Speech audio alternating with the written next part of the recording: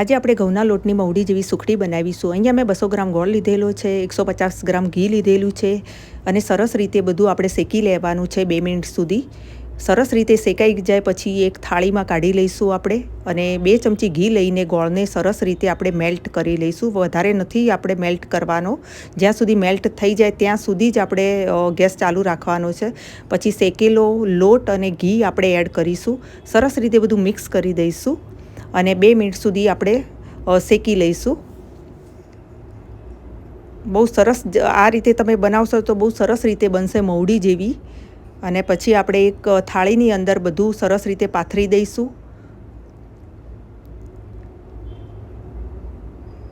પછી ચાકુથી સરસ રીતે આપણે મનપસંદ કાપા પાડી અને એનો ચોરસ ટુકડા કરી દઈશું અને ટેસ્ટ કરી લઈએ કેવી બની છે। બહુ મસ્ત બની છે। વિડીયો ગમ્યો હોય તો લાઇક, શેર એન્ડ સબસ્ક્રાઈબ કરજો। Bye bye.